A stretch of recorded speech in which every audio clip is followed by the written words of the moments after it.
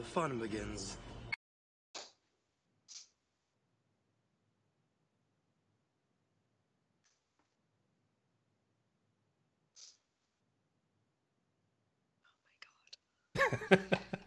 We are live. Asking me if he can spend the night at Riley's house. All right, Elise, would you like to start the show? Oh, is it time? It's time. Let's do it. Oh, that's great. That's what My we are son live. interrupts Me. right. Hello. Oh, thanks for finally doing that. Appreciate it. Welcome to the council. We begin tonight's meeting, the council, by calling the council to order. Hello to everyone, and thanks for joining us. The council is a live Twitch talk show and podcast discussing Star Wars: The Old Republic.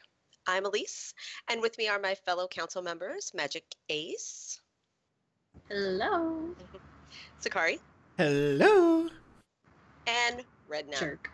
Hello. Nice. Wow.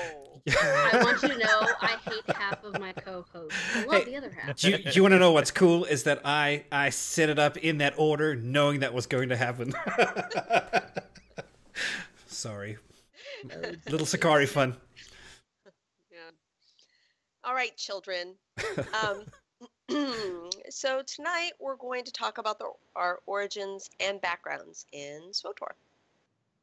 And that's super great because we all know I love talking about my origin in Star Wars since I've mentioned it in almost every single episode. The good news is you can find those episodes after our live broadcast everywhere our recorded episodes are found, like our YouTube channel or Twitch. We also have Facebook, which is facebook.com/thecouncilswotor.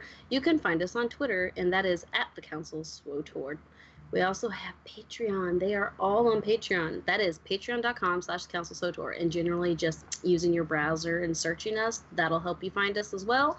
And we would love for you to Google us. Go ahead. Google us. Yes, we dare you. All right, let's cross over to the icebreaker. The icebreaker is just a question to get us kind of started in the discussion, get our feet wet as we get the thing going.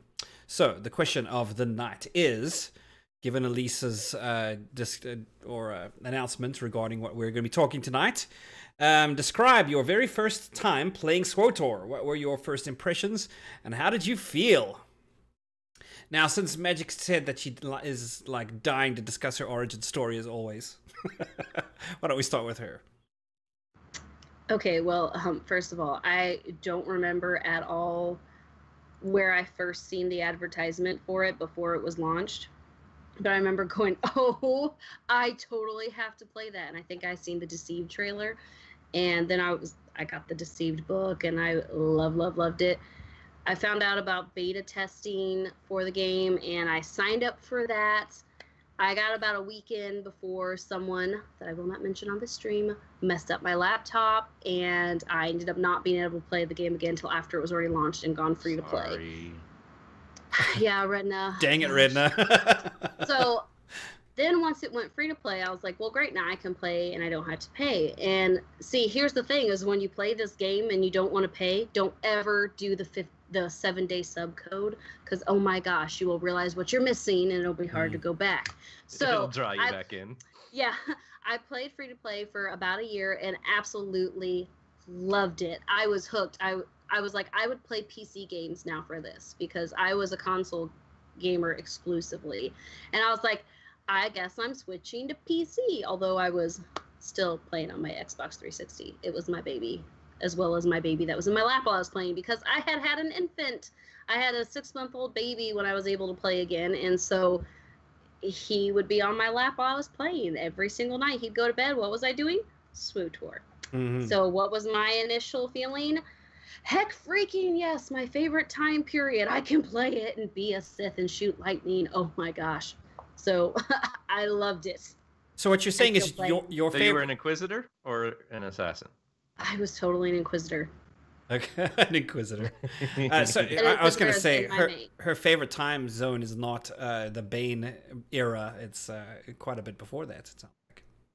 Oh, I do love Bane, but no, I love all the old Republic stuff like Naga Sadow and stuff like that. I'm like, no kidding. I love it all. Yeah, the ancient Sith Lords, indeed. Yes, and actual like Sith purebloods. So why don't you describe your first time playing SWTOR Sakari? What were your Why, first impressions? thank and you, how did Redna.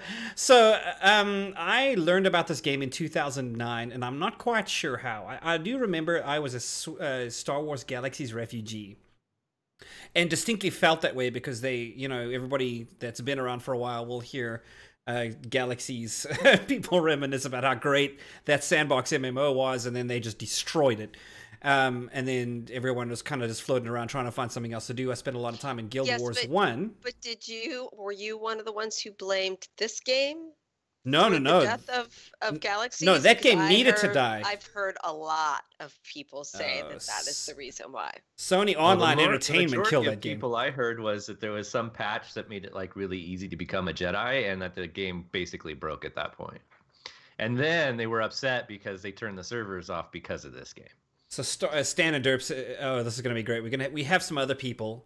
Starsider, that was, I guess, I was an Eclipse person, so yeah, good times. Okay. Are these servers? Servers, yeah, in the old game. Yeah. We still remember where we're from, or all our roots. It's my greatest moment that I missed Star Wars Galaxies. Oh my goodness! Well, it was the first real MMO experience I had, and so I was comparing everything to that.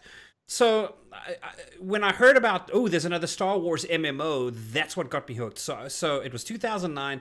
I started. It was still really early, actually. I mean, there'd been some stuff, but I looked through people's creation times on the website, and I don't often find somebody whose account was started before mine. So, I mean, it was right there in the beginning. I stayed through it all throughout and watched all of the announcements about things, was really happy. But my computer was crappy, so while everyone else was doing beta, I was like having to watch videos and things. Anyway, so the first day I played was the 11th of November, 2011. Because it was 11/11/11, and that was when they did the stress test of the game. So I got in there, and I remember I started something on Korriban. I forget what it was. Probably an Inquisitor. Was that after the game had gone fully open beta? No. The stress test when it really went open? It was the stress test right at the tail end of beta, but I had pre-ordered and stuff, so I had some a weeks of early access or something. Early access, right? Yeah, but it was right kind of in that time zone. So I mean, I just remember running around the sands. I think it was like a week or two before the early access then that they did this, right? Something like that. I'm remembering right? Yeah. Okay. I want to say it opened. It's been a really long time. It's been so many years. Yeah, no kidding. It opened, I think, maybe in December. So it was probably like a couple of weeks before that. But yeah, I mean, it was just, I remember running around on the sands of Korriban, just looking at this thing, and I was just so in awe of that Star Wars was an MMO, and I was really hoping that there was a lot of Star Wars Galaxies implementations of things, and then as I learned about the game, I realized quite how different it was. So I had some adjustment to do. Korriban is the smoking thing when you go into the academy, that giant obelisk or whatever that you can see the subtle smoke off of it. I loved that. That was the coolest thing for me. And one of the coolest things for me is when you're running through the hole from the outside to that, the guards take a knee. I just thought that was the coolest thing in the whole world. So those little subtle things I think get you when you're brand new, you know. Especially if you like that sort of stuff. Yes, indeed. I was gonna say, because I can't say I've noticed any of that. Really, so. the subtle details. It's it smokes. What? Yeah. Well, now after this, I guess Elise is going to log into the game and go look at this thing. Huh, probably. It does smoke. It does smoke. Probably. I remember when I got the graphics update and I could see even more smoke and there was more stuff. I'm like, oh, it's even better. When you get the bloom and everything, things that glow, really glow. I made one new pub tune and one new imp tune when I got this computer so that I could experience it all over again. I was staring at grass for 5 minutes. Apparently Oso was on Starsider too. But don't forget to look up at the leaves too, because now they've got the whole shadowing effect through the leaves and everything. Luminosity or something like that. I like looking up in TFB and see the sky, this stuff. They have you can see through the buildings and trees. I'm like, oh, okay, sorry. Anyways, off topic. Go ahead. Okay, so let's go to you, Redna. What were your first impressions of the game, the very first days that you played? Well, so I guess my first impression was before I started the game, which was, of course, I'd heard that the game was coming. And I hadn't been playing MMOs. I actually thought I'd never play another MMO, but then I heard the game was coming, and like, of course, always been a super big Star Wars fan. Actually, my best friend and I had just finished rereading like every novel that had come out post that took place in the chronological timeline post Return of the Jedi, which is like 70 or plus books, right? So we've been reading through them and averaging like a book or two a week. So, and then he's like, dude, this MMO's coming out. We should totally check it out. It's based in the same time period as KOTOR. I was like, okay, but I don't know, man. It's an MMO. Let me see some in-game footage. I mean, it better have better graphics than like World of Warcraft. I'm sick and tired of the cartoony crap. It's got to have some sort of realism. Right. I know what you mean. Then I dug around and found some, they claimed in-game footage, but for me at the time, I'm like, there's no way this is really in-game footage. Wait, this has got to be cinematic. Can I just interrupt for just a second? And also that the eyebrows actually look like eyebrows and not like wings. Yes. Okay, I'm sorry. And that the ears should be like real ears and not like fox ears. Okay, I'm sorry. Yeah, pointy, like Vulcan ears. Eyebrows. And the bushes are actual bushes. Hey, and then you got Skrillex where their Liku actually sway as they're running around and stuff. Yes. I mean, and like when you jump, the hair like moves and back. I love it.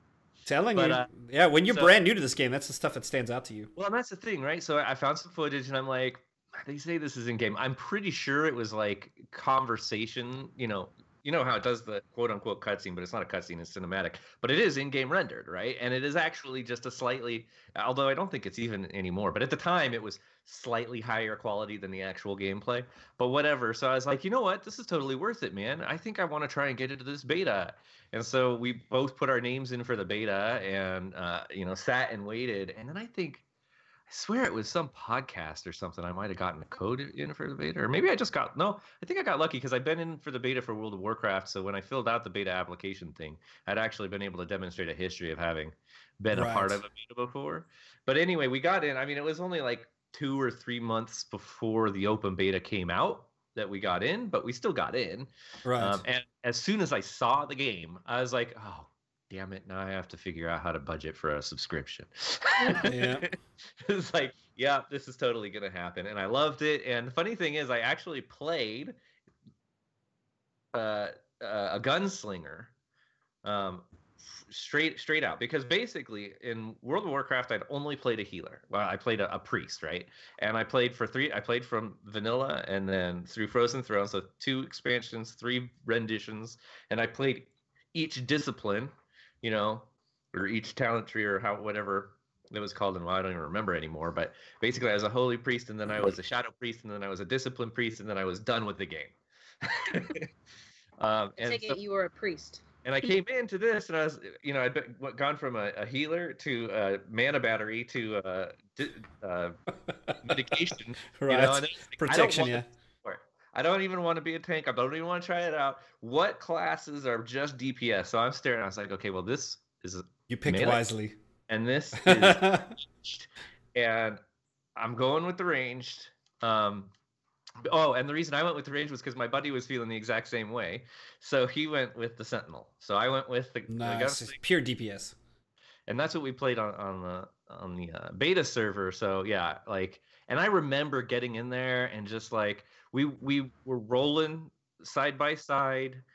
Basically it was like, well, dude, I can't find you. How do I get to your planet? I guess I have to play enough in order to get a ship before I could find you, and then we finished our first planet. It's like, oh, dude, I found you on the fleet. Heck yeah, it was. Yeah, and that's a model that a lot of MMOs use. You have your starter planet, then you step into the town. That's like the main town that everybody. Of course. But okay, for perspective from World of Warcraft, my first character, I played a night elf because none of my friends did. Well, then I wanted to go group up with them. I literally body hopped to the ferry. And then I freaking took the ferry to the mainland and realized I was on the wrong end of the continent, and I couldn't figure out how to get to Ironforge. So I went and took the coast along the waterway and literally just hugged the coast for like 4 hours straight, swimming to get to Stormwood. But that's half the fun about being new in a game, though, right? So like. Yeah. And that was my first MMO. So anyway, for me, it was just like, okay, Mad love, yeah, mad props. And the funny thing is, coming into this game, I was not a big proponent for story, right? Which is supposed to be BioWare's draw, but I didn't know BioWare as a company. Really, for a lore geek like you, that's very interesting to me. Yeah. Yeah, I mean, I get it. It's ironic, but then again, I'm a lore geek for Star Wars. I've never really been a diehard lore geek for anything else. But this is Star Wars, and because this was Star Wars, getting into this, then it was like I was done. Once the game when I play WoW with my husband, I skip all the scenes I can skip. I don't do anything with the lore. He's like, "Look at this." I'm like, "Okay, I'm just gonna go catch pets. I'm just gonna go catch pets." I only care about Star Wars lore. And that was, I mean, I could keep going, but we've got the deliberation section for me to get back. We have a whole hour for this. It's going to be a lot of fun. It's Elise's turn. Yes, Elise. This is the only game that could have brought me back into MMOs. That's what it boils down to. Cool. Yeah. So now, Elise, what were your first impressions of SWTOR the very first time you played? I kind of, like Magic, have talked about my beginning, but I played this because my friend who I met playing Dragon Age Inquisition said, "Hey, you need to try this. BioWare has an MMO," and I was like, "No, they don't." He was like, "Yeah, no, really." He goes, "It's the Old Republic." I go, "I already played KOTOR. I know all about that, but that's not an MMO." And he's like, "No. It's Star Wars: The Old Republic, not Knights of the Old Republic." Oh, so I think he played with me free to play for a couple of weeks, actually, which was really nice because he was a subscriber at the time. So he could get you into all the cool things.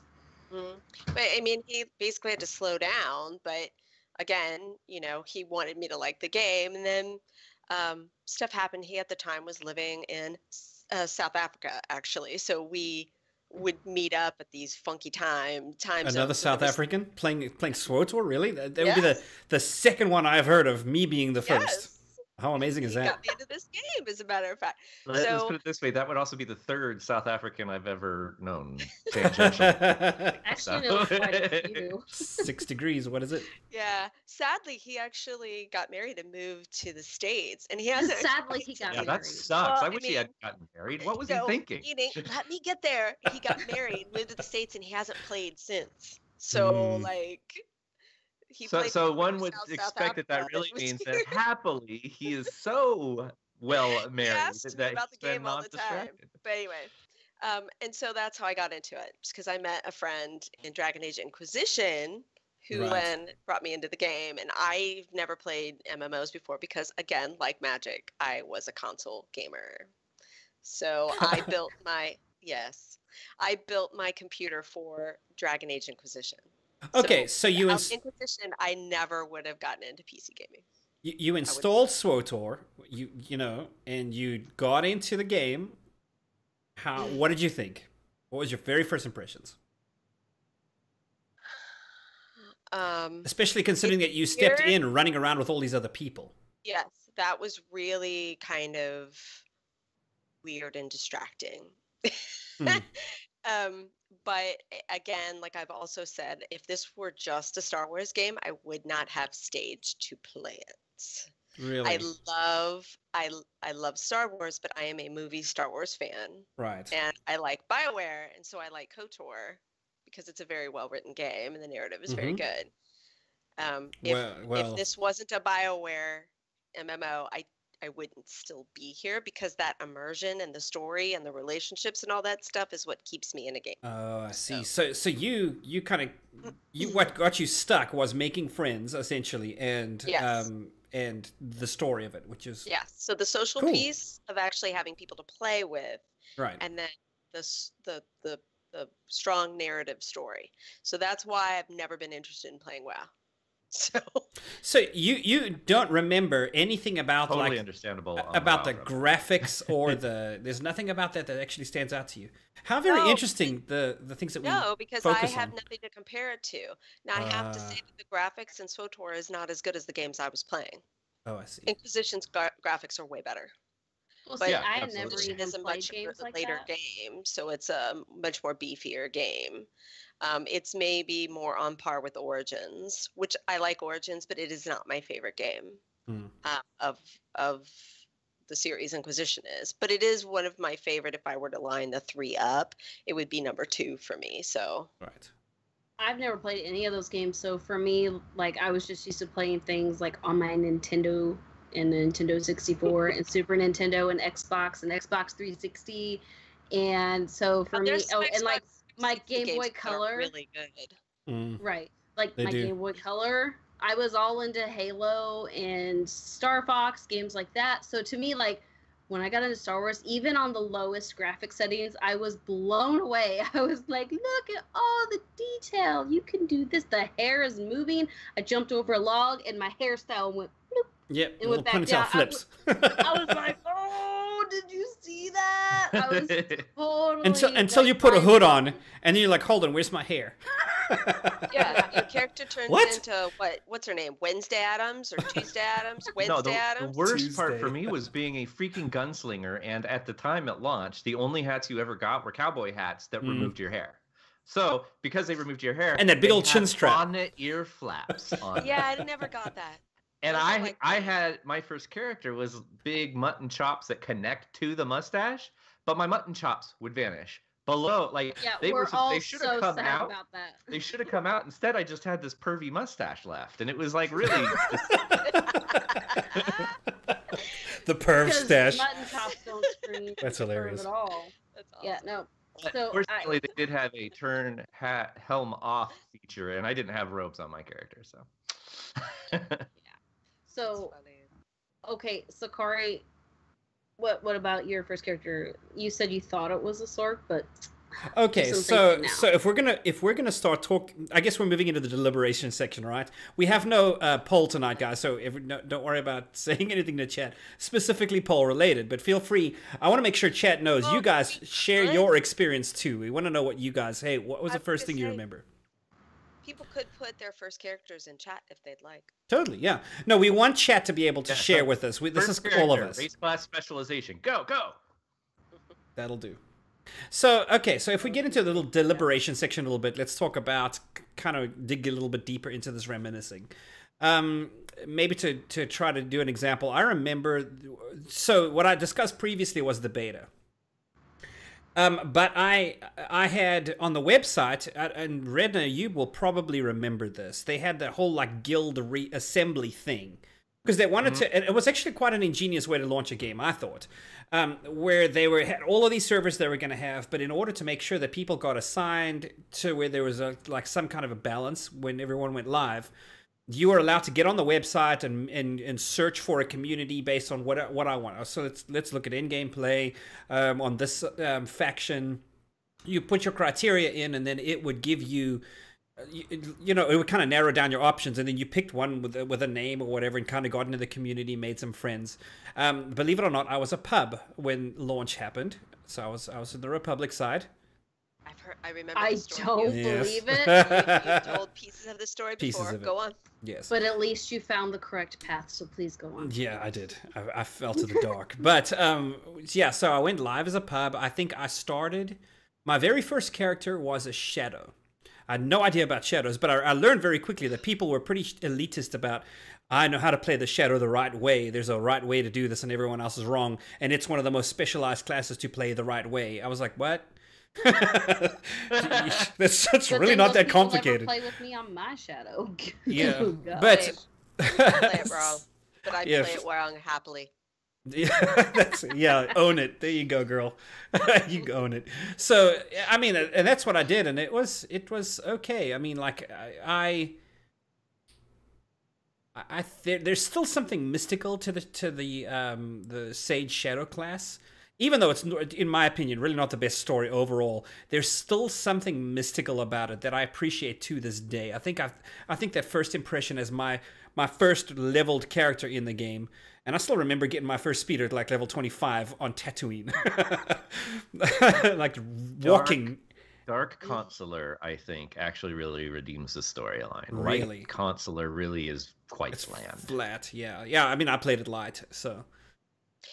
I have to agree. I played my for DVL. I leveled two characters, a Mara and a Shadow. And So you were a I went DPS dark person, with my huh? Or is it? Because I normally play healers when there's group activities, so I decided to go DPS, and I really don't like Maras. Like beat him I with a don't like- lightsaber? You don't strike me as a Yes. type that like get the blood on you type of killer. You know what I'm saying?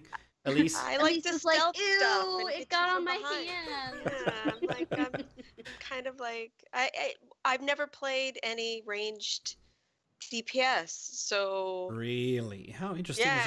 that? So not because I don't want to, things just kind of worked out that way. I've never tried a gunslinger, so I did Sawbones, I think, for my Okay, so that's one when you that go I into the just heals. Yeah. no. Sawbones is the. No, my first character, but we'll Oh. get to me. Okay. But for DBL, I did a dark. That's what I was going with. I took the dark story, and I have to agree with Redna. I really did enjoy picking all the dark dark choices as a Jedi. It was interesting. So I'm just amazed Redna went dark in anything in this game. Redna's very As long as he's pub side, he doesn't straight and mind going narrow. I'll explain why when it's my turn. There you go. So I don't know if should we jump to that story now, guys? What do you think? Because I really want to hear. Let's go in order. Let's keep Okay. this going, or we're gonna get sidetracked. Race class specialization. I'll interject for a second here that we did have several people. There was a Miraluan Sage Seer. We had a human Sith warrior marauder. We had a fat bald gunslinger. great. Nice. So fat bald, what was it? Mary Allen? Was it human? Was it Sith pureblood? Like what are we talking about? Didn't say. There was a Go human, on. another human Mara, Carnage. Did we even add? Oh, we did say specialization. Okay.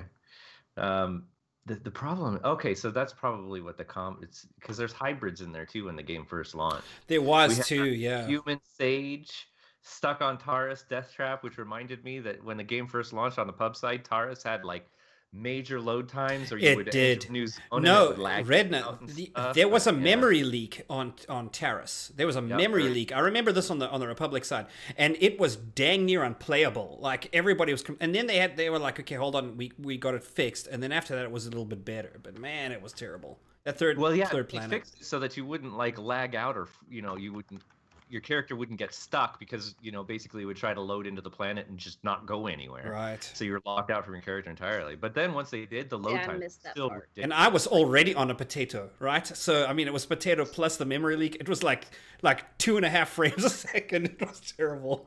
Oh Sound like we my loaded goodness. Australia. Wow. And we had Sorry, a I missed all Guardian that. hybrid. So who's next for the first character race class specialization? I'll go next.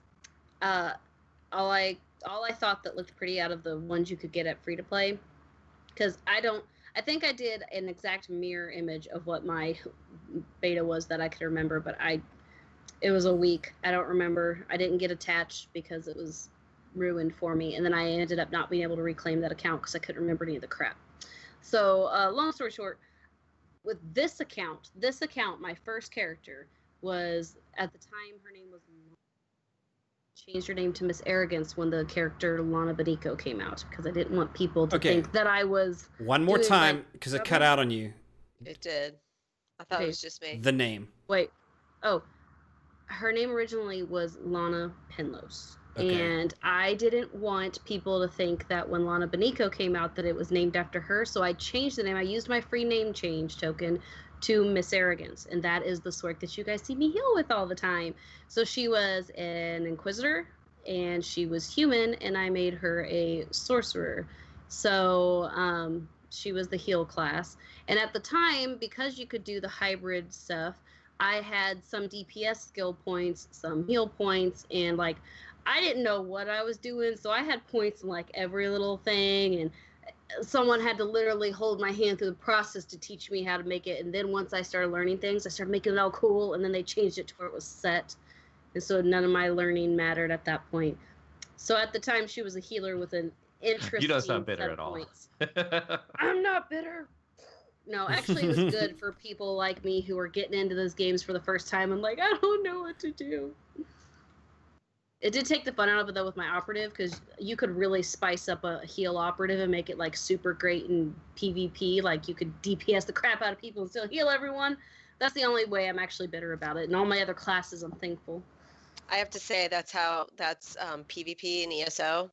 That Mhm. there are no set classes. Everybody has all of the bits. Yeah, nobody's a tank. No one's a. You're just kind of doing a little bit of everything. Yeah. You have to have DPS, heals, and defense stuff in PvP and ESO. So. I will say I still remember the exact makeup and hairstyle and color that I had with this chick, and I always do the same head and body type with all of my females, unless I'm going for a specific like character type look, like out of a comic book, like when I made Psylocke or Zatanna. Right. I made that first character and I was like, she looks just like me. I want this character. This is it. This is what I want. I love her. She was super pale. She had freckles. She had like brown eye makeup, but it was the kind that like went like this. I was like, I would never be that bold. But as a Sith, who cares? She had like the top lip with the one line down it like Padme, and I'm like, oh yeah, I liked that. And then she had the brown short haircut with this, like the asymmetrical one. Oh. That was her original look, and she stayed like that until they came out with the purple one and the purple hair, and then when I got the purple hair, I had to swap to the purple makeup because I was like, that makes sense. So now that's why you guys see her all purple now, because when they came out with the purple hair, I couldn't resist. So I love that tune. She's still my main Sork. She's my highest geared tune, and she's the one I heal almost all the Nim raids on. Yay! Redna, you're funny. I'll just say he asked a question in chat. Well, we can get there. Okay, so Elise, have you told us about your? Nope. All right, here we go. Again, since I also started free to play, my first character was human because that's like. Because that sounds good, right? It was the prettiest. Right, that's a point of reference. Oh, I forgot that. So you had no species other than human? Well, you could be cyborg, and I think you could be... Which is also human. Yeah. Yeah, and then you could be, like, I think the Dark Zabrak on M side in the Sith Zabrak. Blood. Or no, you couldn't be those until you became sub. That's right, so it was just human and cyborg, I think, were your only two options as free-to-play. Yeah. Okay. And that's why I think I read somewhere that those are the most popular. They're still the most popular. Yeah. Well, that's actually a MMO because they're the statistic that across all games, humans are the most played, regardless of the game. Because of course, it's fantasy, so that's always got different races. I just read somewhere somebody was saying free to play only get that, so statistically, that's probably why. Plus, there's some things. I wonder if that bolsters the cyborg percentages. Because I would expect them to be really low. I did not want to do a cyborg. I just finally did one. I don't like the stuff. Yeah. Some of that stuff, like the nose. If they had the Theron Sean one, I would do something like that. But as they are now, I don't like. Yeah, a little bit more subtle. Different species. Like if I could make a Twi'lek with one like that, like because right now it's like Darth Scotia. You got all this like metal on your face. It's like, dude, this guy likes piercings. And if you're shallow, and you want cute, then you're not going to get it with cyborg. And most people want a good-looking, cute-looking or good-looking character. I mean, unless you want to be half naked in a type body, type 4 body, and be like Skadge with all the body flap. I mean, some people like that. So my first character was a sage human. Okay. Healer. All right. One of the things that were really cool about the human was that I think the tattoos were really cool on humans compared to everything else. But that's like the trooper specific. Yeah, it is. I think it's trooper and Sith warrior. I think have the tattoos. If I'm not crazy. They do, and like the Sith Inquisitors have the scars that kind of look like tattoos, but they're raised a little bit. Yeah, like the rings scars. Or whatever. Yeah, absolutely. So one thing that I had completely forgotten. And bounty hunters have their cool tattoos. Remember that leveling of a species from 0 to like 50 unlocked across your account little like emotes and stuff. And then it turned out that because humans weren't anything particularly special, it unlocked 100 presents. I remember that being awesome. Oh, I missed that. I will tell you though, if I had had a choice, my first one would have been Chiss. If I had a better choice. I think one of my early ones was a Chiss. I think my second one was a Chiss. My friend who got me. My first imp was a Chiss. The reason why I went heals is because I'd never played a game before, and I like support. I've never done an MMO, and I like support roles. I think we talked about this in the Right. show with Dr. SWTOR, but also my friend liked to pug a lot. I think I've told the story before. And so Okay. it was the easiest way for us to get into pug groups if one of the two of us was a healer. And so he was a master, DPS trooper, the Arsenal, I think. No. Right. So he That's wanted. the imp side, but so I ended Arsenal up being equivalent. A pocket healer, essentially. Yeah. So yes, so that's Right. what he wanted. So, so my first few raids we would do together, and we would be on mic, even though we would be in mic together and voice together, and he Right. would be telling me, okay, stand over here, this is gonna happen, because he had raided a whole bunch when the game came out and stuff. He was a founder as well, so Oh yeah, I got that's something for being a founder, didn't I? Yeah, you get a title, but these days when I see someone rocking a founder title, I'm like, go get something that you actually had to earn. It's founder title, just because you play it at launch. Who cares? Miss Arrogance wears Dreadslayer proudly. That was not easy. Yeah, get one of the ones that you had to earn on there. That's good. That's fine. My first character is parked on the guild ship. She is the guild master or something, or some cruise master or something master. for the imp side guilds, and that's all she does. Nice. Yeah, she's an administrator. Yes. One of the cool things that stood out to me about the start of this game, but then I actually learned later on, was the whole notion of ranged tanks. I was like, ooh, a ranged tank. That's a unique idea. Later on, I learned there's no such thing as a ranged tank. But it was cool to think about at the start of this game. Who else? Are we good? Am I missing someone? I think we mentioned that. Yeah. I'll tell you, I chose those things because, again, free to play. Yeah. That was the option. No, But yeah. I wanted to shoot lightning. I had to be able to shoot lightning. And since I was scared to death to do anything new because it was my first MMO, I chose healer. And it was green, and green's my favorite color. So I was like, shoot all the green stuff. That's why I chose that stuff. There's a mention in chat about our companions. Now, that was another unique thing about this game. It was kind of a carryover from the KOTOR, is that you run around with a companion. That to me was new. I loved it. Although I'll be honest, when I'd heard about it, they were talking about the fact that as you leveled up, then your companion, you got different companions and had to gear them too. They had different abilities, independent abilities, and I was thinking it was going to be wickedly be a companion that you could command to go to different areas, and then you could be simultaneously coordinating their cooldowns with yours in order to maximize DPS and flashpoints and operations. That's very KOTOR. And then I got into my first operations or raid or flashpoint or whatever, and my companion despawned. I was so heartbroken. I had somebody holding my hand through it all. I was like, what do I do now? What do I do now? What if this? Oh no, my companion. They're like, breathe, it'll be okay. I'm like, there's so much pressure. I'm used to console games where I played all by myself. Xbox Live was only when I was playing multiplayer on Halo or Call of Duty. So to me, I was like, there's people involved. My first Warzone, I was going, they're like, it's okay, here's objectives, now heal this person. I'm like, it was so stressful. I know, PvP is... And now I'm so hooked on it, so hooked. I was scared of PvP, in all honesty. Like when I got into it, I would run into someone in the wild. And I started on a PvP server. I want to say Warriors of the Shadow was my first one. And it got rolled into the Bastion when they did the very first server merges.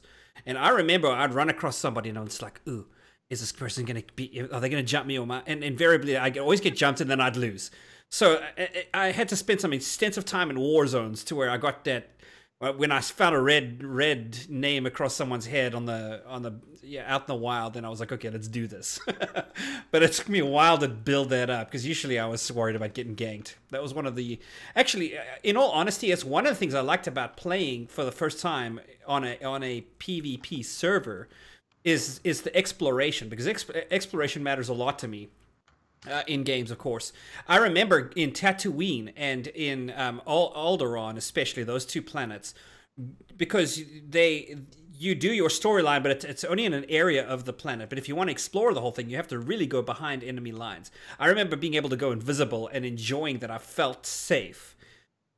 you know, like stalking back there through enemy territory, and I could, if I had, you know, I could dodge the bases, and I enjoyed that. But man, if I was like on a character that couldn't stealth, I was like hoping I wasn't gonna get jumped. It was great. Mm-hmm. See, It I was didn't so even cool. have a stealth character for the longest time. I didn't actually start doing that till like 186 gear was the highest gear. That was when I rolled my first operative. Uh-huh. But I was like, my first character to get to 50 took me freaking forever because I did every side class, everything. Because I was Totally. like, I said, I will never do all of this stuff again. But I want to do it all for the first time. It's my Right. first character. I want to do it all. Every single triangle, I could hear the guy, that was running with me. Because he's like, here we go again. This was like his 10th tune. So for him, he was like, oh, Right. gosh. He was just putting up with it for me to help me out. But I did everything. I wanted it all. That's And how now you I have to just go start, through though. the Space bar and all. I'm like, oh, like now I can go through and I know this one's worth it. I can do it quickly and get XP. This one's not worth it. There's 15 extra steps, blah, blah, blah. Or this bonus is worth it. This one's not. So now going through it, it was worth it all that I went through all of that before. But at the end, when I finally got a level 50, the celebration was insane. And I absolutely will never delete that character. I hear people saying, oh, I've deleted that character. And like, I don't understand that. I'm like, you had a max level character and you just deleted it? And if that's what people do, that's Yeah. what you do. It's your game. You're paying for Right. it. You do what you want. But to me, like, it gives me anxiety when people tell me, oh yeah, I had a level 55 warrior and I deleted it. I'm like, Yeah, all the time. That's yeah, I've back deleted then, it took characters. forever. I've deleted characters, and I actually regret it in retrospect because I can't go through all my characters, do a slash played, and find out cumulatively how much time I've spent playing this game. I wish I could. I wish I could go back and do that. But it is what it is, so it'll be all right. Yeah. Well, I do. I also still do all the same stuff I did then. Like there's specific planets I love doing. Like today, like I mean, I had 2 nightmare raids back to back yesterday, and I couldn't afford my repairs. I was like, I'm so broke. So I went out and did a crap ton of dailies, and I still do the same planets. I do CZ, Oricon, Yavin, Yavin 4, Tatooine, and Voss. Made my like 2 million credits, and I was like, okay, now I'm good. Divided up amongst my rating tunes. I'm like, now it's good to go. I still do the same stuff I did. It's a rotation, when yeah.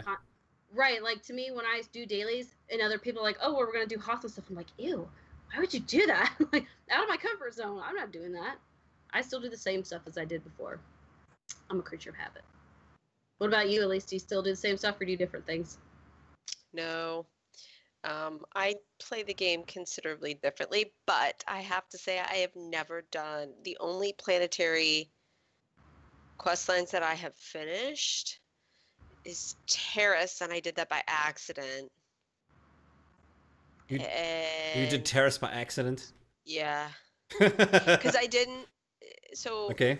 I like to say that you know how BioWare changed the symbols about the class story and the Oh, that planetary story was drives for me me crazy. because I had absolutely no idea. So remember, just I quests, yeah. started with the 12X experience. The first Like, time. we went- Oh, time. wow. That No was kidding. when I started this game. So it really did not behoove me to do anything but class stories. I mean, we were, what, halfway in? More than the game at that point? Half the game was like a good 5 years old at that point, or 4 years, 5 something when I started. Probably 4. And I didn't know which ones were the class stories and which were the planet stories. I just went with just kind of followed the path line. And like Terrace's class and planet ones are kind of intermingled. So I would pick up a quest and then follow it in my class log. And I just, by the time I was done, I There's had so many finished- quests, yeah. And that's why I hate Terrace now. I Yeah. fully, that is probably why I hate Terrace now. Most people hate Terrace for other reasons. hate See, I Terrace don't now. hate Terrace. I love it because I played KOTOR. I And played so, like, KOTOR seeing- too, but But see, Yeah, I seeing was the big aftermath into is the cool. lore. But see, that's the thing is I was big into the lore. So seeing Malik destroy the planet, and this was my first time experiencing this game other than the little comics, the Knights of the Old Republic comics I'd read. I was like, oh, I was seeing it actually happen, not just reading the comic book. I was like, oh no, oh, are they going to escape? And then you see the Ebon Hawk play out, and you're like, woohoo, that was a close one. But then you're like, all those people you helped in the Undercity, you know they're all dead. And I was like, I did all that for nothing. Well, I really liked going back through Terrace. It's one of I the... love Terrace. going back through Terrace and then and picking up on their story and then tracking them and finding out what happened, what became of them, or the Endar Spire. This is the resting place of the Endar Spire. That stuff was really cool. I thought that was cool. Yeah, I think that is cool. I still think that is cool, and I still think the rat ghouls, now that they've been broken out of the Undercity and are everywhere now, right. I think that's cool. But Terrace has too much back and forth and go over here and then come back here. I hate that. I mean, if you've played the Trooper story, if you've played the Trooper story where you have to go back to Coruscant like 50 billion times throughout your story, it's not that big of a deal. It's just I have played a Trooper one time. I will not do it again. That's when you buy the capital planet. Okay, but just so you know, General Garza is waiting to speak to you. Well, General Garza is my butt because I'm not going back. I know. I was like, why? I love being the dark side. My Vanguard that I'm leveling right now, her name is Betrayed. I thought that was epic for her storyline. But I tell Garza off multiple times on that tune because I'm like, finally, I'm not light side on a commando. Yes. So I made my Vanguard like hardcore evil. Like she tells Garza all the things that my trooper wanted to mouths off, basically. Yeah. Yeah. I'm like, you freaking. I now when I level a tune, which it kind of depends. If I want to do one really fast, I play a class that I've played the class story for. So that's why I have so many operatives. I have a bunch of sages. So but that's how you know a class appeals to your soul. Get to the end. I level with war zones. So I didn't play PvP when I started because, again, I was afraid of playing PvP. I had heard, I think we've had this conversation. That's where all the meanies are. I had heard that's where the mean people are, and they will shut you down, and they will kick you, or they will you know. It's also quite true. But and then you got notwithstanding the ops group. So, but what I read on, there was one of the people that's on the forums that's usually really good about PvP and helpful or whatever. It's AC something or other. Anyway, they said start a new tune and level in war zones, you know, from the beginning. And then you'll feel more comfortable by the time you get to the end. And I was like, oh, that sounds like a great idea. I've done that every single character that I have. That's stuck with you. KDY was the jam. KDY was the jam. I like power leveled 7 tunes through KDY when we had like the double XP and stuff, and that's when you had the bullshit XP. And now I get KDY nostalgic. Is my bane because there's so many achievements in there, and it's so painful. Because you were hunting the achievements right now. I've got all of them. But sometimes I get nostalgic, and when I queue for a flashpoint, I'll just queue KDY, and everyone that gets in with me, they go, oh! Everyone else is sick of it. You'll have to play with people who did it too. I don't mind KDY because remember when I came in, nobody was doing that stuff. You wake up in a cold sweat at night. Doing the class story, so I got KDY maybe 1 out of 5 times when we do a flashpoint. So I've never done KDY. Hey, I never know which one it is when I get in. That's how few. By the way, if anybody in chat is wondering what the heck is KDY, it's Quad Drive Yards. Right. And at the time you got extra XP for it, and that was the very first flashpoint where you didn't have to have assigned classes, so it was a big deal at the time. Really Otherwise, you had to wait for a tank or a healer and 2 DPS, and if you were the DPS, you took forever to get in a queue unless you grouped up with a tank or a healer, and usually if you had a tank, it was an insta-pop. Tanks insta-pops, absolutely. That's one of the best things about a tank. No kidding. Yeah, now you're like, I'll be a tank. Oh, it doesn't matter. Everybody's in the queue anyways. Whatever. You usually get 4 DPS these days. My first character was a human, and it was a gunslinger. It was hybrid.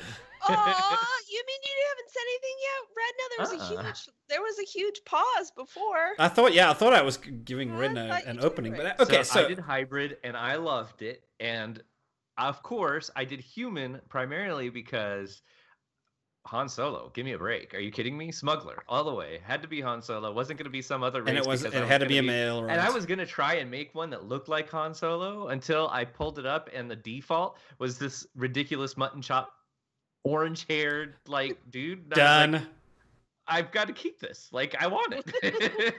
Okay, so And I even named it Raisto at the time because Raisto is one of the aliases that Han Solo uses in the Dark Nest trilogy.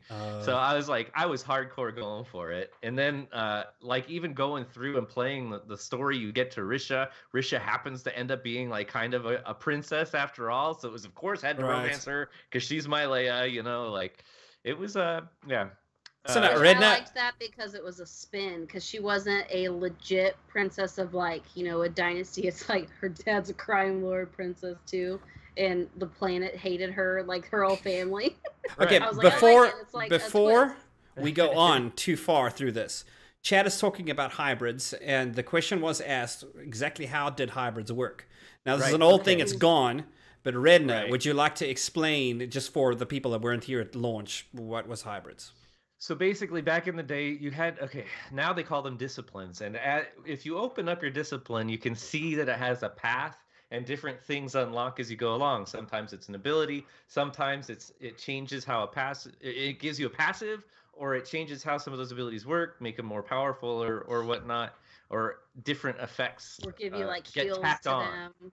Right. Or so, diminished damage and blah, blah, blah. What happened was originally those were 3 different trees, that is what they called, because basically you would start at the bottom and every level or 2, actually I think it was every 2 levels. There were tiers, and if you had like X amount of points in a tier, it would unlock the next stage of the next tier up that tree. And you had to put so many in at each tier as you went along, similar to what you do with how you can distribute discipline points. But this was actually like, okay, I want to make this ability hit harder. Okay, I want to make this heal work more effectively. I want to, and at the top of that tree, you would get some ultimate style ability that would be, super awesome.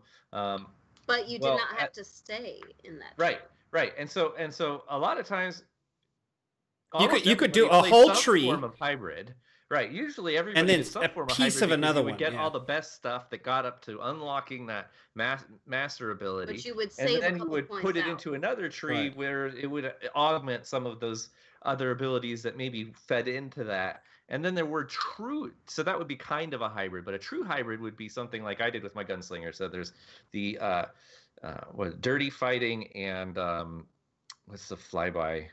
SWTOR, right? So SWTOR was a tree that had a lot of AoE tied into it, but it actually unlocked an extra dot as you went. Dirty fighting was a dot class. So what I had done was I went up and augmented the damage that my different dots did and whatnot, and got each of the abilities out of it. And then I went up into the engineering tree far enough, and SWTOR tree far enough to get the extra dot on that one as well. And then basically it gave you a ton of abilities that all worked together that were dot style, and then just your damage output far exceeded if you'd just gone all the way to the top on either side of those. Well, and PvP people cried about it all the time. I remember in PvP chat reading the because people would come up salt shaker.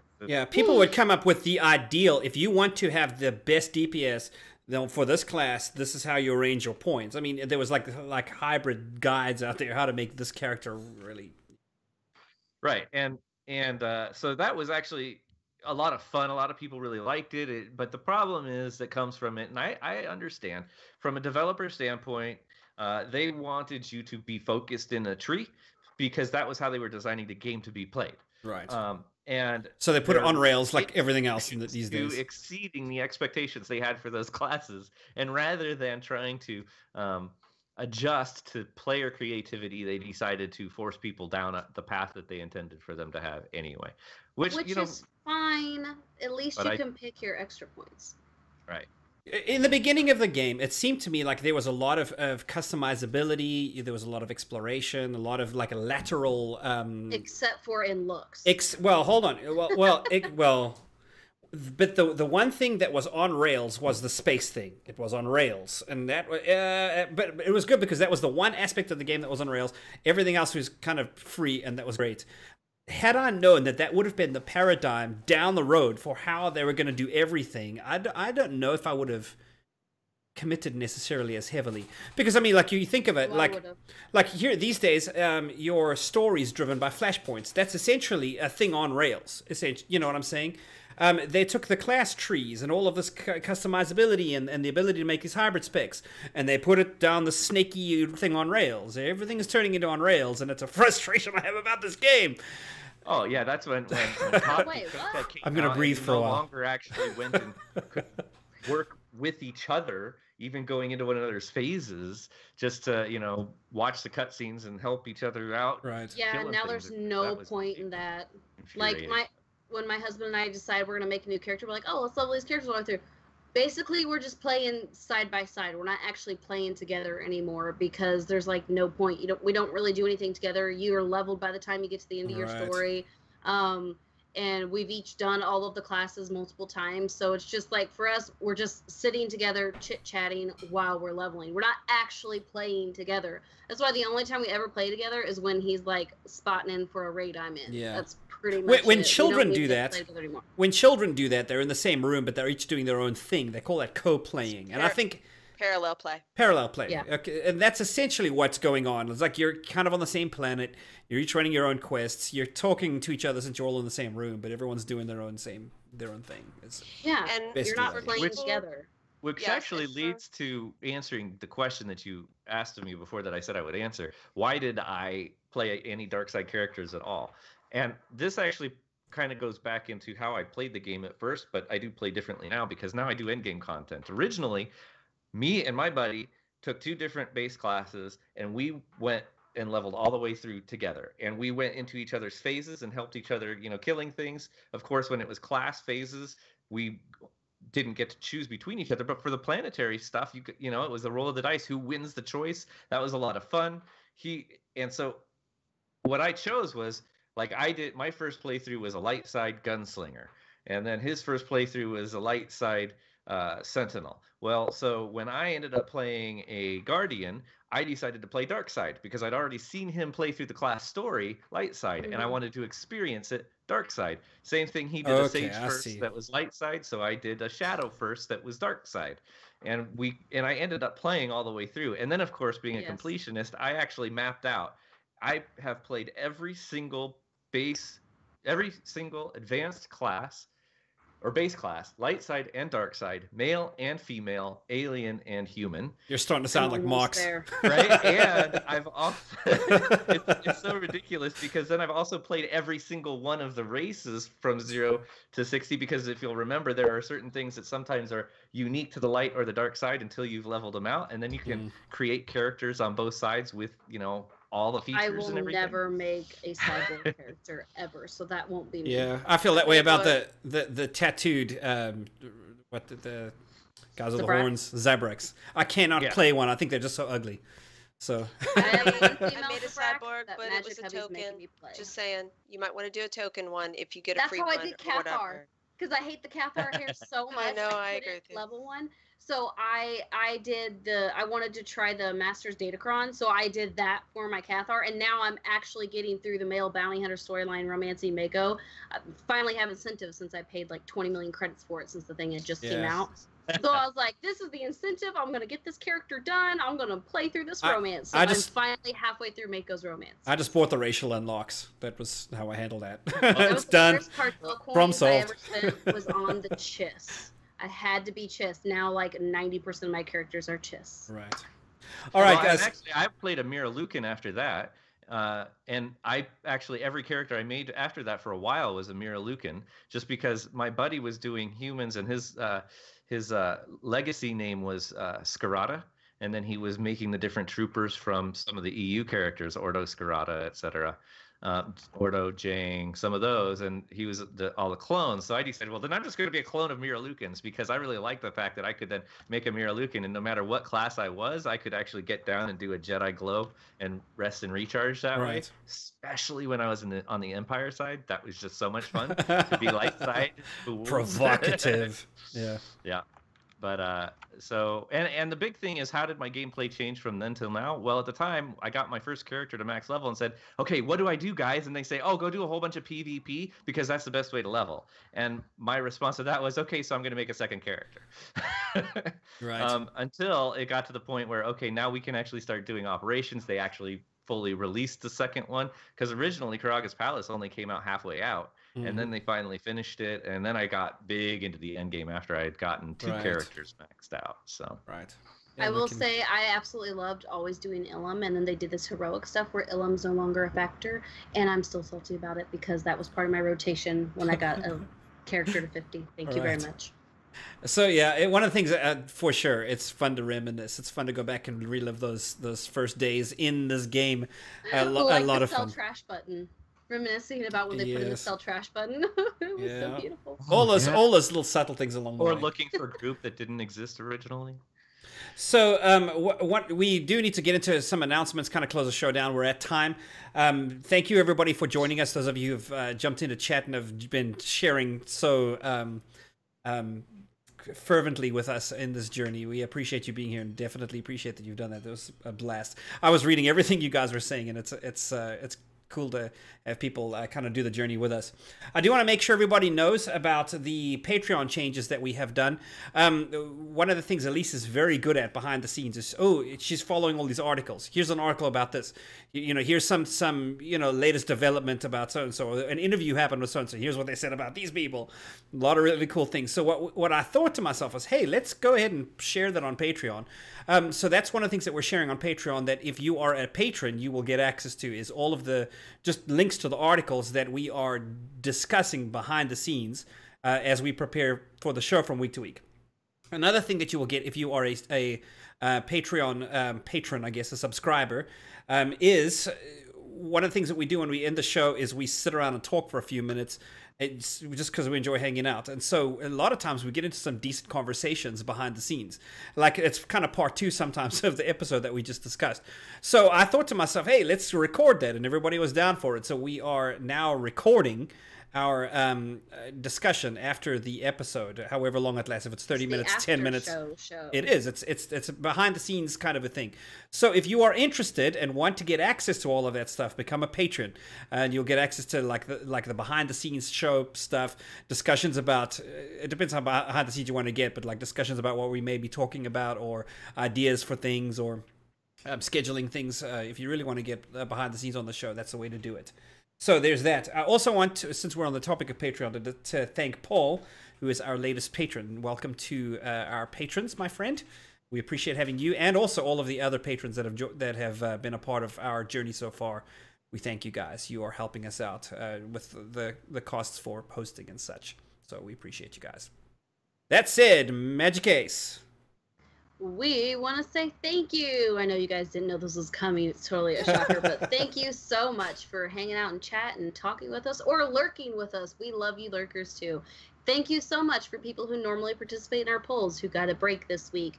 We appreciate you guys. The people who are on Reddit, we love you too. I know it's a shock, but you know who we really love? SWTOR fans. You guys make the show amazing, and apparently we love Redna too. Anyways, thank you. Most of all to the people who download our podcast, because you get to listen to us multiple times in different ways. We love you too. Thank you.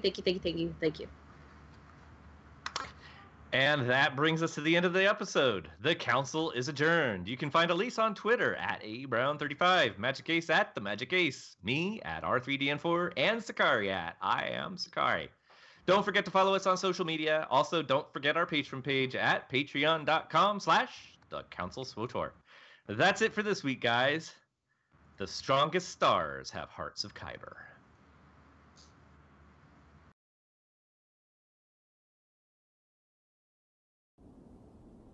I understand. You are on this council, but we do not grant you the rank of master. What?